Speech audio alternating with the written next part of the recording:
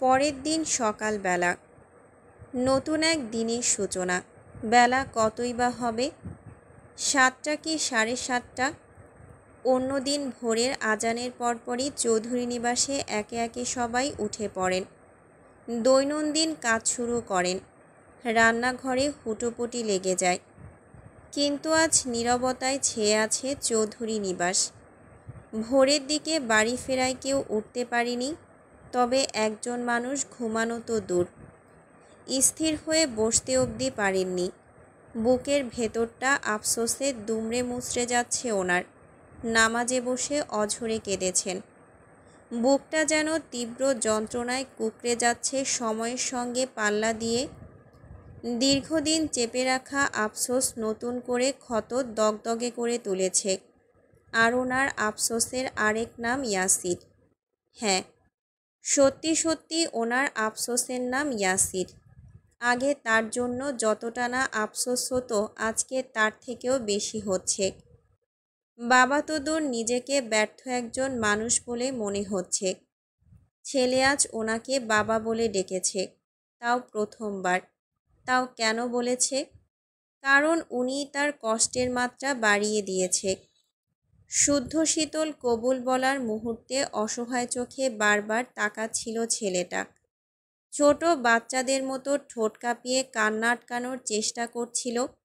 তার চোখ যেন চিৎকার করে অভিযোগ করে বলছিল, ওদের থামাও বাবা, থামাও। কিন্তু সেটা সম্ভব ছিল না। ইয়াসির যেমন জিদ্দি, তার থেকেও শুদ্ধ এক প্রখা। সেই মুহূর্তে যদি পুনরায় বাধা সৃষ্টি করত, তাহলে ইয়াসিরের জীবনায়ু সেখানেই শেষ করত। বলা বাহুল্য, উনি ছোট ছেলের তীক্ষ্ণ রাগকে ভীষণ ভয় পান। কেননা ছেলের রাগের মাত্রা উনি দেখেছে। আর যেখানে অসুস্থ শীতল চাচ্ছিল, সেখানে কিছুই করার ছিল না। আর একটা কথা না বললেই নয়, সায়ন ওনার রক্ত নয়, তবে সায়নের ক্ষমতা নেই ওনাকে উচ্চবাক্য করার, স্পর্ধা নেই ওনার মুখের উপর না বলার, সবার সামনে ছোট করার। এজন্যই এত কিছুর পরও সায়নকে ধমকে ধামকে হলেও বাড়ি ফেরাতে পেরেছেন। কঠিন সত্য জেনেও বুঝতার সায়ন ভেঙে পড়ে ওনাকেও ভেঙে ফেলেনি, ছেড়ে গিয়ে বুকের উপর পাথর তুলে দেয়নি। বলতে লজ্জা নেই, সায়নের মতো করে আজ ইচ্ছে করছিল ইয়াসিরকেও থামাতে। সেও তো ওনারই ছেলে, ইলিয়ানার দেওয়ার শেষ আমানত। মন চাচ্ছিল মান অভিমান ঠিক বেঠিকের হিসেব ভুলে যেতে, ওনার ছেলে বলে সারা পৃথিবীর কাছে পরিচয় করাতে। আফসোসে ভরা বুকে পাপী ছেলেকে বুকে আগলে নিতে কষ্ট হতো না, একটুও হতো না। কিন্তু উনি জানেন ইয়াসির ওনার ডাক শুনত না। লাগাম ছাড়া বাঁধনহারা ছেলেটা শুনলে আগেই শুনত ওনার কথা, কিন্তু সে শোনেনি। বারবার পিছলে গেছে। মোদ্দা কথা, যে বাঁধনে বাধা পড়তে চায় না, তাকে কিভাবে বেঁধে রাখবেন? শেষ চেষ্টা হিসেবে স্বার্থপরের মতো ভেবেও ছিলেন শীতলকে তার কাছে বিয়ে দিয়ে কাছে রেখে দিতে, তাকে ভালো পথে আনার সর্বশেষ সুযোগটুকু কাজে লাগাতে। এই ভেবে বলেছিলেন পাপাচার কমালে সে চৌধুরী নিবাসের সবচেয়ে সুন্দর ফুলটা দেবেন। কারণ ওনার মতে শীতলের চঞ্চলতাই পারবে দুষ্টু রাজকুমারের পাথর মনে ফুল ফুটাতে, তার পাপের পথ আগলে ভালোর দিকে ফিরিয়ে আনতে। শীতলের মধ্যে আশ্চর্য জাদুকরী ক্ষমতা আছে, কিন্তু কে জানত শুদ্ধ শীতল একে অপরকে পছন্দ করে। সেই পছন্দ পছন্দের মাঝেই সীমাবদ্ধ নেই, সকলের দৃষ্টির আড়ালে দিনকে দিন সেটা ভালোবাসায় রূপ নিয়েছে। কথা তো উনি জানতেনও না। জানলে অবশ্যই ভুলেও ইয়াসিরকে কথা দিত না। এখন এমন একটা অবস্থা, উনি আজকের পর থেকে শুদ্ধর চোখে চোখ রেখেও তাকাতে পারবেন না। ছেলেটা হয়তো ওনাকে জঘন্য বাবা বলে মনে মনে ঘোষণা করেছে, করাটা স্বাভাবিক, যদিও আজ বলতেই হয় এতদিন নিজের নৈতিকতা, কর্তব্যপরায়ণতা, নিষ্ঠাচার নিয়ে গর্ব ছিল ওনার, কিন্তু আজ এক নিমিষেই শেষ। অন্যরা কি বলবে? এখন নিজের মনই চিৎকার করে বলছে, তুমি বাবা হিসেবে খুব খারাপ শারাফাত চৌধুরী, খুব খারাপ। তুমি না পারলে ইয়াসিরকে সঠিক পথে আনতে, না পারলে ছেলেটার মুখে হাসি ফোটাতে। শেষ মুহূর্তে যা চেষ্টা করলে সেটাও আরেক ছেলের হাসি কেড়ে নেওয়া ঘৃণিত কাজও করতে যাচ্ছিল। আর সায়ন, তাকে তো তুমি শাসনে রেখেছ সব সময়। ভীষণ শখ করে ছেলেটা রাজনীতি করতে চেয়েছিল, সেটাতেও তোমার বাধা। তুমি বাবা হওয়ার যোগ্য না শারাফাত। বাবার অন্তত এইরকম আচরণ করে না। নিজের মনের কথা শুনে শারাফাত চৌধুরী মলিন হাসলেন। না চাইতো চোখের পানি ঝরঝর করে ঝরে পড়ল। ক্লান্ত শরীর এলিয়ে দিয়ে একদৃষ্টিতে তাকিয়ে রইলেন ঘূর্ণায়মান সিলিংয়ের দিকে। এরপর মনে মনে বিড়বিড় করলেন, আমার আল্লাহ জানে আমি আমার সায়নকে কখনো আলাদা চোখে দেখিনি, কখনোই বাকি দুই সন্তানের সঙ্গে তুলনা করিনি। তুলনা করবই বা কেন? ও তো আমার ছেলে, আমার আরেক সন্তান। হ্যাঁ, ওর রাজনীতি করা পছন্দ না, একথা ধ্রুব সত্য। শখের বশে কিছু করতে হলে অন্য কিছু করুক, রাজনীতি কেন? রাজনীতি শখের বশে করা জিনিসও না। আর কে চায় সন্তানের রক্ত দেখতে? কদিন পর পর আহত হয়ে বাড়িতে ফেরে, এসব দেখতে কার ভালো লাগে? আমি মানি আমি খুব খারাপ বাবা, কিন্তু খারাপ বাবাদের মনে ভয় হয়, সন্তান হারানোর ভয়, ছেলের লাশ কাঁধে নেওয়ার ভয়। সেক্ষেত্রে আমি খারাপ বাবা, খারাপই থাকব। কথা ভাবতে ভাবতে ওনার চোখের কোণ বেয়ে জল গড়াতে লাগলো। এক ফোঁটা দুই ফোঁটা করতে করতে বালিশ ভিজতে লাগলো। ওনার পাশে ঘুমানো সিতারার অজানায় রয়ে গেল প্রিয় স্বামীর বুক চাপা কিছু কষ্টের কারণ, যেগুলো দগ্ধ করছে ওনার বুক পাঁজর। বেলা বাড়ার সাথে সাথে চৌধুরী নিবাসের সদস্যরা জেগে উঠল। সকলে আগে শীতলের খোঁজ নিতে শুদ্ধকে লাগাতার কল দিতেই থাকলো, কিন্তু কল রিসিভ হচ্ছে না। আবার কিছু হলো না তো? সবার মুখে চিন্তার ছাপ। সিমিন অস্থির হয়ে কল দিতে দিতে কলটা কেটে যাবে সেই মুহূর্তে কল রিসিভ হলো। উনি চিন্তিত সুরে হ্যালো বলার আগেই শীতলের কণ্ঠ শোনা গেল। হ্যালো আম্মু। শীতল, কেমন আছিস মা? শরীর ঠিক আছে? শুদ্ধ কই? কল ধরছে না কেন ছেলেটা? আম্মু, শুদ্ধ ভাই ঘুমাচ্ছে, ক্লান্ত লাগছে দেখে ডাকিনি। পাশ থেকে ফোন নিয়ে আমি রিসিভ করেছি। ও, তুই ঠিক আছিস? নার্স এসেছিল আর স্যালাইন দিয়েছে। সাবধান, ক্যানোলাতে যেন রক্ত উঠে না যায়। উঠবে না। আসবে না তোমরা? এই তো সকালের নাস্তা বানিয়ে যাব আমি। তাড়াহুড়ো করো না, ধীরে সুস্থে এসো, আমি ঠিক আছি। ঠিক আছে। শীতলের কথা শুনে সকলে স্বস্তির নিঃশ্বাস ছাড়লেন। ওদিকে একজন নার্স কেবিনের দরজায় নক করা মাত্রই শীতল নিচু স্বরে জানতে চাইল কে এসেছে। নার্স বলল, ম্যাম, আপনার স্যালাইন শেষের পথে, ওটা খুলে দিতে হবে। কথা শুনে শীতল একবার তাকালো ঘুমন্ত শুদ্ধর দিকে। উপর হয়ে কি সুন্দর করে ঘুমাচ্ছে তার বিশুদ্ধ পুরুষ। মূলত তার ঘুমটা ভাঙাতে চাচ্ছে না বলেই কত কষ্ট করে ফোনটা কাছে টেনে কল রিসিভ করলো। এজন্য গুলি লাগা হাতেও ব্যথা পেয়েছে। এদিকে আবার এই নার্স এসে হাজির। এদিকে স্যালাইনও শেষের দিকে, খুলতে হবে দেখে সে নিচু স্বরে বলল, শব্দ না করে নিঃশব্দে আসুন। কথা শুনে নার্স নিঃশব্দে কেবিনে প্রবেশ করল। দুটো বেড একসাথে দেখে বিস্ময় নিয়ে তাকালো ঘুমন্ত পুরুষটার দিকে। বলা বাহুল্য পুরুষটা দেখতে বেশ। তাকে ওভাবে তাকাতে দেখে শীতল ফিসফিস করে বলল, ওটা আমার স্বামী, ঘুমাচ্ছে, ঘুমাক, শব্দ করবেন না প্লিজ। আসলে ওর মাথায় একটু সমস্যা আছে, বলতেও লজ্জা লাগছে। আসলে হয়েছে কি, আমার শ্বশুরবাড়ির বংশগত রোগ এটা। সব সময় রাগে না, তবে তাদের ঘুমে ব্যাঘাত ঘটলে মেজাজ চড়ে যায়। যখন যাকে সামনে পায় তাকে ধরে কামড় দেয়। একথা শুনে অল্প বয়সী নার্স মেয়েটা আরেক দফা অবাক হয়ে তাকালো শুদ্ধর দিকে। এমন সুদর্শন পুরুষের মাথায় সমস্যা, দেখে বোঝাও যায় না। আহারে, সবই কপাল। রোগ তো আর বলে কয়ে আসে না, রোগের কাছে সবাইকে কাবু হতেই হয়। এসব ভেবে শীতলের স্যালাইন দেওয়া হাত মুক্ত করল। নিঃশব্দে ক্যানোলার মাধ্যমে দুটো মেডিসিন ধীরে ধীরে ইনজেক্ট করল। শীতল ব্যথায় চোখ মুখ কুঁচকে নিল। কি মেডিসিন দিল কে জানে, রগে যাচ্ছে জ্বালা পোড়া করতে করতে। তবুও সে কোনো শব্দ করল না। ডাক্তার নাকি মুখে খাওয়ার অনুমতি দিয়েছে, স্যালাইনটা আপাতত বন্ধ থাকুক। একথা বলে ক্যানোলার মুখ বন্ধ করে নিঃশব্দে বেরিয়ে গেল।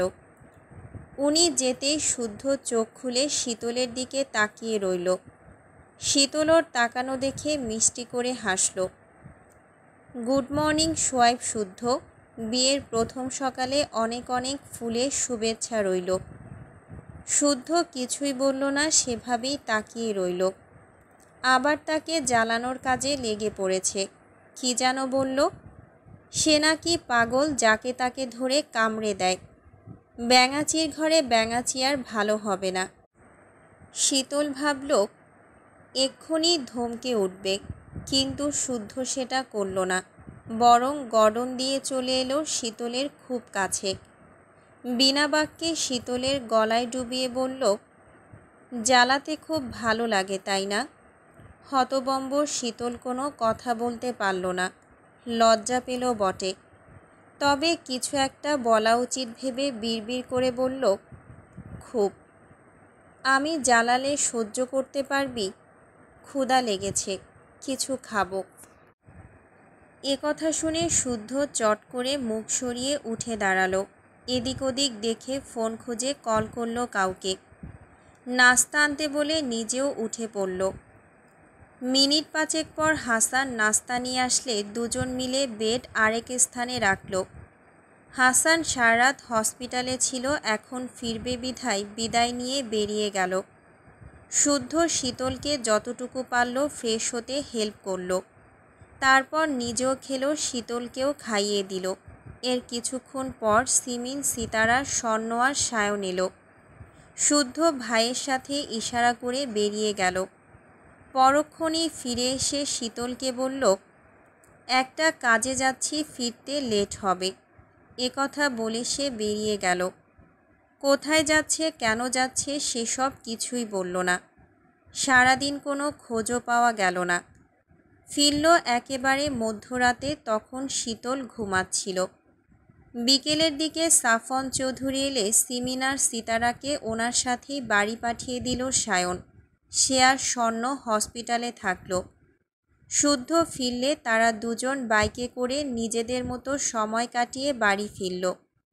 এভাবে দেখতে দেখতে প্রায় 4 দিন পর শীতলকে রিলিজ দেওয়া হলো। ভালোই ভালোই শীতলও মুক্ত পাখির ন্যায় একাকার সমান খুশি নিয়ে বাড়ি ফিরে গেল। তবে মেডিসিন চলছিল, চলবে। প্রচলিত কথায় আছে, সময় হচ্ছে বহমান স্রোত, যা চলে নিজস্ব গতিতে। সেই সময়ের অঙ্ক কষতে কষতে পেরিয়ে গেল একটা মাস। একটু দুর্বল হয়েছে একের পর এক ধেড়ে আসা ঝড়। মলিন হয়েছে হারানোর কিছু ব্যথা, কিছু সত্য উন্মোচিত হয়েও বন্ধন হয়েছে আরও দৃঢ়। বলা বাহুল্য, এই 1 মাসে পূর্বের মতোই চাঙা হয়ে উঠেছে চৌধুরী নিবাস। মুছে গেছে হতাশার গ্লানি। স্মৃতির পাতায় যত্নে অযত্নে বন্দী হয়েছে কিছু মিষ্টি মুহূর্ত ও কিছু তিক্ত অভিজ্ঞতা। এখন চৌধুরী নিবাসও খুনসুটিতে মুখরিত। রুটিন মাফিক সবাইকে ব্যস্ত হতে হয়েছে দৈনন্দিন কাজে। তবে শীতল বাড়ি ফেরার পর শুদ্ধকে বাড়িতে খুব কম সময়ই পেয়েছে। সে কখন আসে কখন যায় বলা মুশকিল। তবে কিসের এত ব্যস্ততা কে জানে। সারাদিন কোথায় যায় কি করে তাও বলে না। খুব জোর করলে মলিন হেসে বলে, দোয়া কর যা হারিয়েছি সব যেন ফিরে পাই, আমার কষ্টের ফল যেন আমারই কাছে ফিরে আসে। তার কঠিন কঠিন কথার মানে কিছুই বোঝে না শীতল। তাকে ড্যাব ড্যাব করে তাকিয়ে থাকতে দেখে শুদ্ধ হাসে। আসলে ল্যাবে চুরি হওয়ার কথা সে কাউকে জানায়নি। কি দরকার শুধু শুধু দুশ্চিন্তা করবে? চিন্তা করে তো লাভের লাভ কিছুই হবে না। মোদ্দা কথা, চুরি হওয়া সেই ল্যাব বন্ধ করে দিয়েছে। চোর যখন একবার গেরস্তের বাড়িতে চুরি করার সুযোগ পায় তখন সে বারবার ফিরে আসে। নিজে না আসলেও অন্যকে পাঠায় কাজ উসুল করতে, আর এই সুযোগ কাউকে দেওয়া যাবে না। এরপর সে ওই ল্যাব কী করেছে সায়ন আর তার ফ্রেন্ডরা ছাড়া কেউই জানে না। আজও সারাদিন পেরিয়ে রাতে ফিরল শুদ্ধ। সবার সাথে ডিনার সারল। শীতল অভিমানী চোখে কয়েকবার তাকালেও কিছুই বলল না শুদ্ধ। তাদের বিয়ে হওয়ার পরও এক রুমে থাকা না থাকা নিয়ে কেউ কিছুই বলেনি। ওদের মর্জির উপরেই ছেড়ে দেওয়া হয়েছে। কেন জানি শুদ্ধ শীতলকে তার রুমে থাকার আহ্বান জানায়নি। অগত্যা পূর্বে যেমন ছিল এখনও তেমনই চলছে। তবে কয়েকদিনে শীতলের মনে বড্ড অভিমান জমেছে। কেন জানি মনে হচ্ছে শুদ্ধ তাকে ইগনোর করছে। নয়তো এত কিসের কাজ তার? একটু সময় দিলে কি হয়? আগের কথা এখনকার কথা কি এক? এখন মনে রাখা উচিত না তার ঘরেও একটা বউ আছে। বউ তাকে ভীষণ মিস করে, সঙ্গ চায়, জ্বালাতে চায়, অহেতুক বকবক করে কান মাথা ঝালাপালা করে দিতে চায়। তা না, খালি কাজ আর কাজ। এসব নানান কথা ভেবে রাতে খেয়ে শীতল মলিন মুখে উপরে যাচ্ছিল। তখন সিতারা তাকে দাঁড় করিয়ে বলল, শীতল, উপরে যাচ্ছিস মা? কিছু বলবে বড় মা? খেতে বসে দেখলাম শুদ্ধ বারবার কপালে হাত দিচ্ছে। ছেলেটার মাথা ব্যথা করছে বোধহয়। কফি করে দিচ্ছি, ওর রুমে পৌঁছে দিস তো। দাও। কথা বলে সে সিতারার পাশে দাঁড়ালো। সিতারা আর চোখে শীতলকে একবার দেখে গলা খাকারি দিয়ে বলল, কাজের চাপ বেড়েছে তাই সময় দিতে পারছে না। কষ্ট পাস না মা? কথা শুনে শীতল ধরা গলায় অন্যদিকে তাকিয়ে বলল, কিন্তু কষ্ট তো হচ্ছে বড় মা। তোমার ছেলে ইচ্ছে করে আমাকে ইগনোর করছে। কেন করছে জিজ্ঞাসা করেছিস? না, গিয়ে জিজ্ঞাসা কর। কথা বলে সিতারা শীতলের হাতে কফির মগ ধরিয়ে দিলে শীতল যাওয়ার জন্য পা বাড়াতেই সিতারা তাকে ধরে থামিয়ে দিল। গলা খাকারে দিয়ে আমতা আমতা করে বলল, আগে তো শাড়ি টাড়ি পরতি, এখন পরিস না কেন? শাড়ি পরলে তোকে কিন্তু ভালোই লাগে। কফি ঠান্ডা হয়ে গেলে খ্যাচ খ্যাচ করবে, দিয়ে আসি। যা। কথা বলে শীতল মুখ ভোঁতা করে চলে গেল। সিতারা স্বর্ণকে ইশারায় কাছে ডেকে কিছু বলে তাকে দ্রুত উপরে পাঠিয়ে দিল। স্বর্ণ দ্রুত পায়ে গিয়ে শীতলের হাত থেকে কফির মগটা নিয়ে তাকে রুমে যেতে বলল। শীতল ধরা গলায় বলল, আমি দিয়ে আসি না আপু, প্লিজ আমাকে দাও। তুই আমার রুমে যা, আমি আসছি। কথা বলে স্বর্ণ শুদ্ধকে কফি দিয়ে শীতলকে লাল ও কালো মিশেলের জর্জেট শাড়ি পরিয়ে সাজিয়ে দিল। লম্বা চুলগুলো ছেড়ে দিল। টানা টানা চোখে কাজল দিয়ে দিল। হাতে দিল একগোছা লাল ও কালো মিশেলের চুড়ি, কপালে ছোট সাদা পাথরের টিপ। তারপর বোনকে ধরে শুদ্ধ রুমের সামনে দাঁড় করিয়ে দরজা নক করে দ্রুত পায়ে সরে পড়ল। শীতল এতক্ষণ হতবম্ব হয়ে তাকিয়ে দেখছিল বোনের কাহিনী। যখন সে বুঝল ততক্ষণে শুদ্ধর দরজা খুলে ভ্রুকুচকে তাকিয়ে আছে। এত রাতে তার সাজগোজ দেখেও কিছুই বলল না, বরং দরজা থেকে সরে দাঁড়ালো। শীতল ধীর পায়ে রুমে ঢুকলে দরজা আটকে তাকিয়ে রইল শীতলের দিকে। এগিয়ে এসে দাঁড়ালো শীতলের মুখোমুখি। সে কিছু বলছে না দেখে শীতলই আমতা আমতা করে বলল, এভাবে তাকিয়ে আছেন কেন শুদ্ধ ভাই? আমার মুখে কি কিছু লেগে আছে? দেখি, সরুন তো, যেতে দিন আমায়। কম্পিত সুরে বলা শীতলের কথাটা শুনল শুদ্ধ, তবে তার মধ্যে কোনো ভাবান্তর দেখা গেল না। বরং সে হিমশীতল চাহনিতে পকেটে হাত গুজে এগিয়ে এলো দেয়ালের সাথে সিটিয়ে দাঁড়িয়ে থাকা শীতলের দিকে। হাত রাখল শীতলের কান বরাবর, যেন কোনোভাবেই পালাতে না পারে। তার মতিগতি বুঝে শীতলের গাল দুটো লাল বর্ণ ধারণ করল। জীবনে কম সিনেমা তো আর দেখেনি, তবে কিছু একটা আন্দাজ করে তার গলা শুকিয়ে এলো। হাতের তালু ঘামতে থাকলো। এর আগে সে শুদ্ধকে জড়িয়ে ধরেছে, কানের নিচে চুমু খেয়ে ভালোবাসার আবদার জুড়েছে। ঘুমন্ত শুদ্ধর বুকে মাথা রেখেছে, বুকে নাক ডুবিয়ে তার শরীরের ঘ্রাণও নিয়েছে। কিন্তু শুদ্ধ কখনোই তাকে অযাচিত স্পর্শ করেনি, যা করেছে সীমাবদ্ধতা রেখে, এবং তাতে তার নোংরা কিংবা গা ঘিনঘিনে অনুভূতিও অনুভব হয়নি কখনো। আজকে হঠাৎ তার এমন রূপ দেখে জারপন্ডায় বিস্মিত শীতল। যেতেও দিচ্ছে না, আবার কিছু বলছেও না দেখে পুনরায় বলল, রুমে যাব। কেন? ঘুমাবো। তাহলে এলি কেন? আমি কি ডেকেছি? ভুল করেছি, আর আসবো না। কথা বলে যেতে গেলে শুদ্ধর পথ আটকে দাঁড়ালো। পাশ কাটিয়ে যেতে গেলে পুনরায় পথ আটকালো। বেশ কয়েকবার একই কাজ করাতে শীতল অধৈর্য হয়ে বলল, শুধু শুধু দাঁড় করিয়ে রেখেছেন কেন? সরুন না, যেতে দিন প্লিজ। শুধু শুধু না তো। তবে? শুদ্ধ ফিসলে হাসল। তার চঞ্চল অভিলাষী তার নিষিদ্ধ অভিলাষ বুঝেও না বোঝার ভান করছে দেখে মজা পেল। লজ্জায় রাঙা গাল দুটো থেকে দৃষ্টি সরিয়ে সে ঠোঁটের দিকে এক দৃষ্টিতে তাকিয়ে থমথমে সুরে বলল, প্রতিশোধ নিতে। কিসের প্রতিশোধ? সময়ে সময়ে আমাকে জড়িয়ে ধরার প্রতিশোধ, কানের নিচে চুমু খাওয়ার প্রতিশোধ, বুকে মুখ ডুবানোর প্রতিশোধ।